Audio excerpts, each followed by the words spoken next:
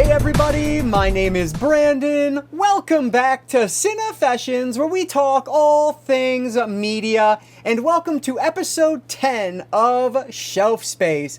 This, of course, is the series here on my channel where I watch a movie and I ask the simple question, is it worth the shelf space that it's taking up? Obviously, we are all collectors, or many of us watching are collectors, and shelf space is always at a premium. So today I am looking at actually 3 brand new releases over the past couple of weeks, few weeks, maybe even the past month here, and asking that question. So we are going to look at 3 steelbooks actually, but we have Clueless, Small Soldiers, and then a Hitchcock classic, To Catch a Thief. Now, I have seen Small Soldiers and Clueless before, but To Catch a Thief was brand new to me. So let's do it, guys. Let's not waste any more time at all. Let's dive right into episode 10 of Shelf Space. Let's get started with a movie that I have watched a ton of times on VHS when I was a kid, but it has been a long time since I've rewatched it. This is Clueless from 1995, directed by Amy Heckerling. I used to love this movie as a kid, and you can see I'm old because we are celebrating the 30th anniversary of this one here, and there is a look at everything that is included. I think I've unboxed this one a couple times here on the channel, but I will take out the steelbook rather. That is kind of the theme of today's video. They're all new releases and all steelbooks. But yeah, I love the steelbook on this. It is super simple, but just a lot of fun. And then on the inside, you can see there's just like a collage going on, which is really cool. So I think it just looks good for what it is. With Clueless, basically everybody knows the synopses of pretty much all of these films I'll talk about today, but we are following Alicia Silverstone's character, and she is essentially playing matchmaker. She hooks up her 2 teachers that were looking for love, and so because of that, she decides to take on this new student that came to town, Ty, played by Brittany Murphy, who is awesome in that role. But she decides that she needs to find her love. And so she is working to do that. And obviously things are going to take a little twists and turns as we go through here. But this movie, to me, is just such a charming film. Specifically, Alicia Silverstone, I think, is just perfect as Cher. I think why this movie works so well is because it's about seeing people for more than what they first appear, which isn't exactly a unique or bold take, but it's done in such a unique fashion here that I think it works exceptionally well with this movie. I find Paul Rudd's character, who plays Cher's stepbrother, he is so great in his role as well. It's really Brittany Murphy, Alicia Silverstone, and Paul Rudd that drive this movie for me, and I think they do a wonderful job together. Another reason I think I really enjoyed the Cher character, even today, 30 years later, is that even though she is supposed to be our titular clueless ditz in this movie, it's very obvious from an early point in the film that she is so much more than that. She has learned a lot from her father, who is a very successful lawyer, and she takes those kind of tips or whatever, just those life lessons, I guess, and applies them to her everyday life and is able to get what she wants out of people. She is very intelligent, and I think that's what makes her so endearing, another reason why I think the movie holds up really well. And then along with that, I just want to know, like, is this a real depiction of mid-90s rich LA? Like, I would love to know it, because when I think rich LA in the 80s and 90s, I always go back to like Bret Easton Ellis's Less Than Zero, which is a significantly different portrait of rich LA in that era than Clueless. But I always, like, I can't get that image of, just kind of high-class LA out of my head. But I love that this is kind of maybe the next step or the next decade even of where things go. I just think that's so much fun to think about. But yeah, anyway, this is just such an enjoyable film. The meaning behind the movie holds up really well. The characters are just a lot of fun. The story moves very briskly. I think the pacing is done very well. There's nothing really to write home about in terms of like the cinematography or the music, but I don't have anything negative to say either. So, I mean, this is just a really strong movie that I think can definitely be enjoyed today. Now, obviously, I could never approach this movie as a first-time viewer. I watched this a ton when it was brand new on VHS, so coming at it again for someone who definitely has nostalgia glasses for it, if you're like me, this is a great pickup. I do want to touch on the 4K disc itself for each of these today, and Clueless, I think, looked really good. It did not stand out to me like maybe one or two of the others that I'll talk about today, but I think what they did here, they did a really nice job with. I didn't notice a ton of DNR. I will say, I thought the grain, what was left of the grain was a little bit less in this one than in the other two, but I didn't see anything looking waxy or anything like that, so it didn't stand out as being DNR heavy or anything, which is always a positive in my book. In terms of the cinematography, like I talked about, I think the reason this is the least impressive is just that there's the least to be impressed about, if that makes sense, where some of the other movies will have really big open, cityscape scenes or landscape scenes, things like that. This doesn't really do that, and that's not the type of movie this is. Where this shines, and the Dolby Vision I think shines, is within the costuming itself, because she wears, a lot of bright colors. There's a one character in here who was just like stereotypical Gen Z crazy 90s, and her costumes really popped, and so I thought those looked really well done. But outside of that, there was nothing really super impressive here that stood out to me. You're really picking this one up, in my opinion anyway, for the steelbook itself and just all of the other extras that are included on this as well, if you're a big fan of the movie. If you already own the Blu-ray, it's going to be completely up to you. When it comes to movies like this, I don't necessarily see a reason to upgrade all the time, but other people might disagree and think this is absolutely worth the upgrade or not. But, this does have Dolby Vision and HDR10 color grade. I watched with Dolby Vision, and like I said, nothing I was disappointed with. I will mention, though, there were a couple scenes, very minor, that for whatever reason stood out because it didn't seem that they got the same restoration that the rest of the disc got. I don't know why that is or what the story is there, but they did stand out as being much lower quality. It looked like almost a DVD quality compared to the rest of this 4K disc.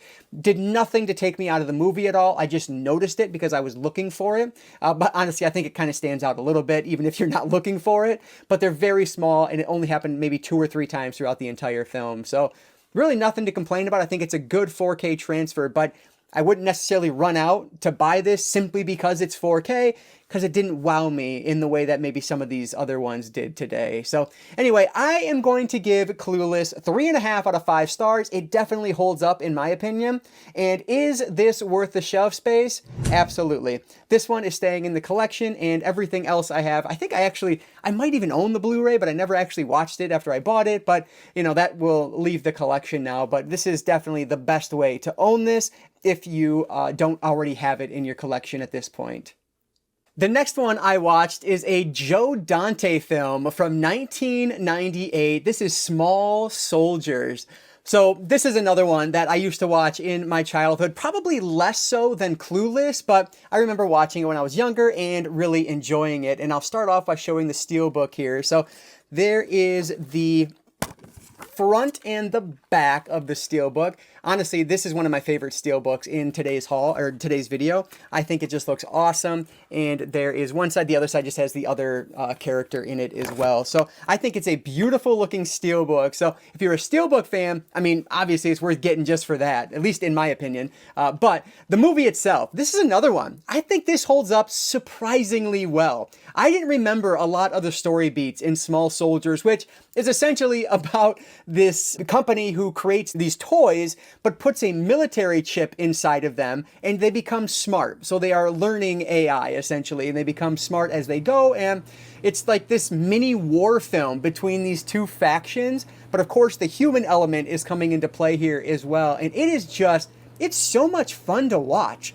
Honestly, this is the type of movie you wouldn't see something like this today. This gets a lot darker than I ever remembered it getting, and I love it because of that. It kind of staggers the line. It's a little too dark to be a kid's movie, but a little too cheesy maybe to be an adult film. And so it kind of staggers that line. It's like the teenage audience is kind of perfect for this one. And I guess that's just my mentality because I thought it was so much fun. So the main character you can see here, I totally forgot who our cast was in this, but man, they do such a great job here. We get Phil Hartman in this, which is fantastic as Kirsten Dunst, who is one of our main characters, her father. This is actually, I believe, one of, if not his last role. I think he passed away right before this movie released. I read something where, because of that, he was not featured in any of the promotional material for the respect for his family or whatever. But yeah, so great director with Joe Dante. You have Kirsten Dunst, Gregory Smith, and then Jay Moore is in this as well, along with Phil Hartman. It's just a really great cast, and that makes it work. Like, that takes everything up a level when you have such a star cast like that, and makes this movie land really well. I think it is hilarious, and it is action-packed. That's one thing. Let me talk about the 4K disc. The sound on this is what really stood out to me. I don't even think I mentioned the sound on Clueless because there wasn't really anything to talk about, but with this one, man, it sounded awesome.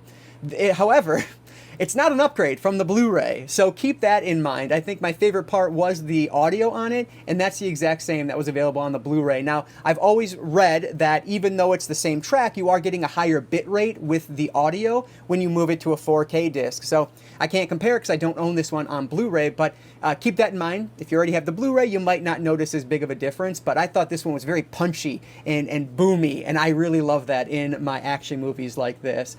In terms of the picture quality, I thought this one looked really good as well. I would probably, if I was stacking this one against Clueless, I would put this one above Clueless in terms of the 4K picture. Another one that does have Dolby Vision, if I'm not mistaken. Yes, it does. And that's one spot. I've heard some complaints about that it wasn't very punchy in terms of the color aspect of it, but honestly, I didn't notice that as I was going through it. I thought it looked really well done. The characters are very colorful in their costuming and things like that. The packaging that our small soldiers are in are very colorful as well. And I thought all of that looked and felt very natural and well done. So I think the transfer on this looks really good. But another one that I'm not going to recommend the disc simply for the 4K transfer. This is one, if you don't already have it in your collection, I think it's worth getting. Or if you're someone who just loves the movie and needs to upgrade it, I think you're going to be very happy with what's produced here. Small Soldiers is another one that I think is shockingly well in terms of how it holds up. I was very surprised by it, but I had a great time with this. So I am going to give Small Soldiers 3.5 out of 5 stars as well. And this is another one that is definitely worth my shelf space. I'm a little unique maybe in that I didn't own the Blu-ray of this. I only upgraded from I've upgraded from the DVD. And so obviously it's a significantly better experience than the DVD. And I just don't see it getting much better than this, if ever. So highly recommend this one as well if you are a fan of the film. Last but not least today is a Hitchcock classic that I am watching for the very first time, To Catch a Thief from 1955. So let's start off by just looking at this steelbook. So here is the front and the back of it. Another one I think looks really nice. The inside is, let me get this disc out of the way because you have to see Grace Kelly because oh my God, there she is. Awesome on the inside, a still from the movie. But yeah, this one, man, I didn't know what to expect with this movie at all, but I definitely wanted to check it out because virtually every Hitchcock movie I've seen, I've found that is, I mean, frankly, good or better. Like, the lowest I think I've given a Hitchcock film that I've watched is 3.5 stars. Now, mind you, I have a lot more to watch, but what I've seen, I just really loved from him. And To Catch a Thief, it falls right in that category. Such an awesome movie. I was so taken aback by this one. So, To Catch a Thief, we are following Cary Grant's character. He is John Roby, who is an old cat burglar. And he's living in the French Riviera, and there are burglaries happening. Diamonds are being stolen once again. The police believe it's him, but it's not, or at least he claims it's not, and he sets out to find who the actual new cat thief is. Along the way, he runs into Grace Kelly's character, who is a fellow American who is visiting the French Riviera, along with her mother. He essentially turns into a spy in this movie, and he introduces himself to Grace Kelly and her mom as this other person who is from Oregon, just there on vacation, essentially. And they end up kind of, obviously there's a romance involved here, of course there is, but yeah, this is just such, I mean, another one that's just so much fun to watch.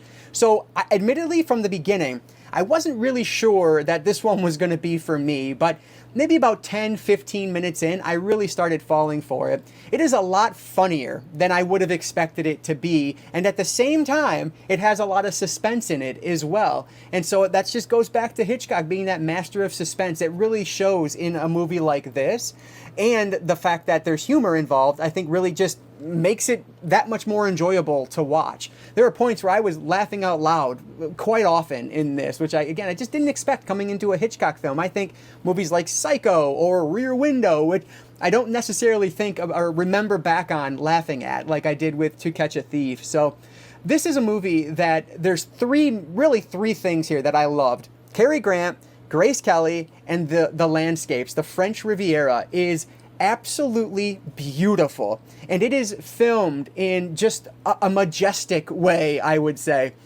This 4K is kind of the reason to own 4K discs. It is absolutely stunning. This is, I mean, out of all three of these, it blew everything else away in this video today. And I think the reason for that is because I am such a big sucker for like cityscape shots or landscape shots when it comes to 4K. That's usually what I remember most. And oh man, this really just made that French Riviera feel like a third character, which is a take that Leonard Maltin has on one of these special features in here. And he's absolutely right. It is so beautiful to look at. I mean, scene by scene, you could go through and it's gorgeous. It was filmed so eloquently and just beautifully. So highly recommend it for that alone. But then, let me throw out a confession here. From what I can tell, this is really the first Cary Grant film I've ever seen. I know, I'll give you a minute to be in shock, but I was looking through his filmography. North by Northwest, I think maybe I saw 20 years ago, but I just don't remember it at all. And so I think this is really my first one that at least I remember watching with Cary Grant. Pardon the awkward interruption here, but I realized as I was editing that I didn't give all of my thoughts on Cary Grant that I wanted to provide. So I have to talk about this because the entire time I was watching this, and this really isn't to take anything away from Cary Grant, but the entire time I just kept thinking, man, what if this role was played by Sean Connery? It's like if first off, the movie did have James Bond vibes to it. I'm actually in the middle of doing another I Watch 3 vlog talking through the James Bond films, and so maybe it's just on my head, but it had James Bond vibes, and I couldn't help but think Cary Grant just isn't quite as cool as Sean Connery. Now, I know that's just my personal take on it. Not everyone will agree with that, and I'm probably going to upset some Cary Grant fans out there, and I don't want to do that because I think Cary Grant was great in this. However, I feel like the role could have been taken up just another notch if it was played by Sean Connery, because Connery to me is kind of just like textbook definition cool. And Grant, though he did do well, he just lacked a little bit of that. He was very charismatic, but not quite as charismatic as Sean Connery's James Bond. So I just thought, man, what if? Now, obviously, James Bond came out, like 7 years after this movie, so Connery would have been a little bit younger, but I think it works.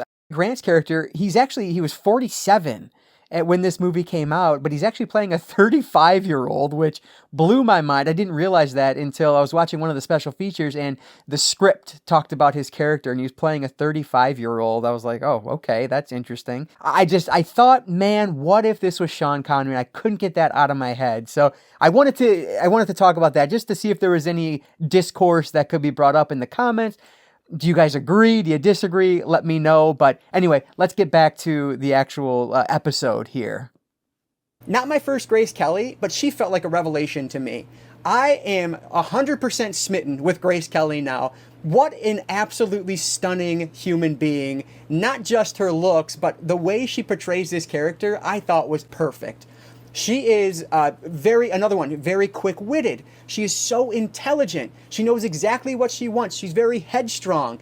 And she goes and gets what she wants, the second she decides she needs it. So I loved this character.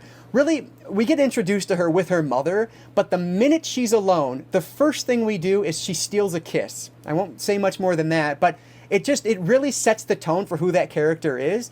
And it's just intelligent writing, intelligent directing. I really enjoyed this one quite a lot. Out of the three of these, if you were to rush out and buy one, I mean, this is the one for me. Not only is the movie just incredible, but the 4K disc on this with Dolby Vision, I can't recommend enough. In terms of the audio, not much to talk about. I think what's here is great. It's a 5.1 English Dolby True HD audio track, and I didn't have any issues there. The one thing that I did find, I don't know, it kind of took me out of it a little bit. It's just the fact that one of the characters, so a lot of the characters speak French, and one of them is supposed to speak English to Cary Grant's character. Well, apparently he had a hard time even doing it like phonetically with the cue cards, and so he was dubbed over. That does make it feel a little cheap sometimes, but that's not really the 4K disc's fault at all. That's just the movie itself. But outside of that, I had no complaints about the audio here. On the movie itself, I think the only reason I didn't give this one 5 stars, frankly, is because there were some moments in here that I did find myself a little confused on what all these characters were. There are quite a number of different characters introduced here. Not all necessarily characters that have dialogue or anything like that, but there's a lot of characters who are following around Cary Grant's character, and that got a little confusing at times. Who was the cops? Who was not? Who was... I don't know. And so that part did get a little confusing, but that said, by the time I got to the end of the movie, none of that really mattered, and it all came together and made sense. And again, I just think it's done so well. I did guess the ending before the big reveal, because it's a whodunit, and I did guess that, but that didn't take anything away from the movie for me. I just think it's such a well-done movie. If you haven't seen this one, I highly recommend it. And if you already are a fan of it, you need the 4K if that's something that interests you, because it is absolutely gorgeous.